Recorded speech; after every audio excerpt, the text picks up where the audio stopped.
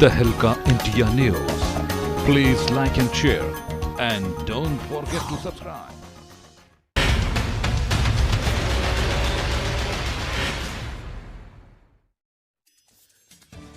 खबर राजधानी भोपाल से, जहां पर मुख्यमंत्री श्री शिवराज सिंह चौहान द्वारा आज मुख्यमंत्री निवास पर उच्च शिक्षा मंत्री डॉक्टर मोहन यादव ने चाय पर खास चर्चा की है। वहीं हम आपको बता दें, विभागीय योजनाओं के क्रियान्वयन के लिए व साथ ही साथ प्रस्तावित योजनाओं के संबंध में जानकारी दी। मंत्री श्री यादव ने बताया है कि सभी विश्वविद्यालय व साथ ही साथ महाविद्यालय व एक ग्राम की गोद में लेकर ग्राम में संचालित कल्याणकारी योजनाओं के क्रियान्वयन की स्थिति की जानकारी प्राप्त करेंगे। तहलका इंडिया न्यूज के लिए ब्यूरो रिपोर्ट। चाय पे चर्चा हुई मुख्यमंत्री जी के साथ, आपकी क्या कुछ बातें हुई, क्या कुछ आपने बातें रखी अपने विभाग को लेकर? मुझे खुशी इस बात की है कि हमारे यशस्वी मुख्यमंत्री माननीय शिवराज सिंह जी ने मेरे उच्च शिक्षा विभाग के मामले में जिस ढंग से पिछले समय काम हुआ है उसका अप्रिसिएशन किया। उनने बहुत खुश होकर कहा कि और ऊर्जा उमंग उत्साह से काम करने की ज़रूरत है। खास करके हमारा ट्राइबल का बेल्ट है और ये जो पिछड़े वर्ग के बेल्ट है, इसमें भी हमको काफ़ी काम करने की गुंजाइश है।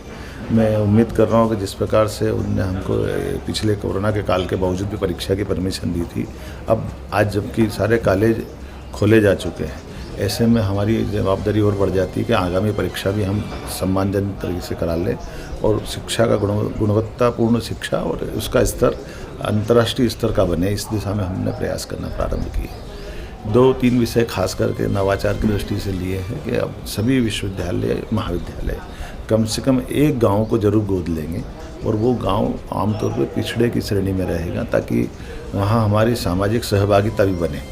तो उच्च शिक्षा विभाग एक तरह से इस ड्यूटी को करने को तैयार है कि हमारे अपने गाँवों के अंदर शासन की विभिन्न योजनाओं का क्रियान्वयन कैसे हो रहा है, उनकी कठिनाइयाँ क्या है, भविष्य की संभावना और वहाँ का यूथ का उपयोग कैसे करें, इस दिशा में हम काम करने की योजना बना रहे हैं। उसी प्रकार से जो हमारे गाँव के अंदर कॉलेज खुले हुए हैं, उन कॉलेज के अंदर नए नए कोर्स लाने की दिशा में भी कई सारे निर्णय कर रहे हैं जो रोज़गार परक हो, खासकर प्लेसमेंट में जिसका लाभ मिल पाए। ऐसे नए सब्जेक्ट लेकर आने की दिशा में भी हमने बात की है, जिसमें पशुपालन हो सकता है, एग्रीकल्चर हो सकता है और इसी प्रकार से अन्य प्रकार के कोर्स हैं जिनसे आदमी अपना स्वयं का रोजगार भी कर सकता है, स्वयं की खेतीबाड़ी भी कर सकता है। सरकार पे या नौकरी पे निर्भर होना ये कोई अंतिम हल नहीं है।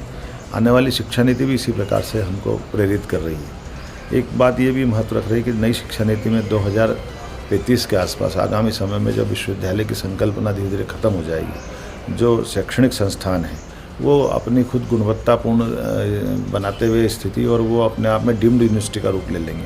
तो हमको सने सने अभी से तैयारी करना पड़ेगी कि आने वाले समय में ये जो विश्वविद्यालय का स्वरूप समाप्त होने के बावजूद भी गुणवत्ता में शिक्षा में कोई कॉम्प्रोमाइज़ नहीं करे। मुझे इस बात को बताते हुए खुशी होती है कि माननीय मुख्यमंत्री जी ने कहा कि आप बिल्कुल इसमें आगे बढ़ें, जनता के भी सुझाव लें और अपने शासन के लेवल पे जो जो हम कर सकते हैं वो सब काम करते हैं।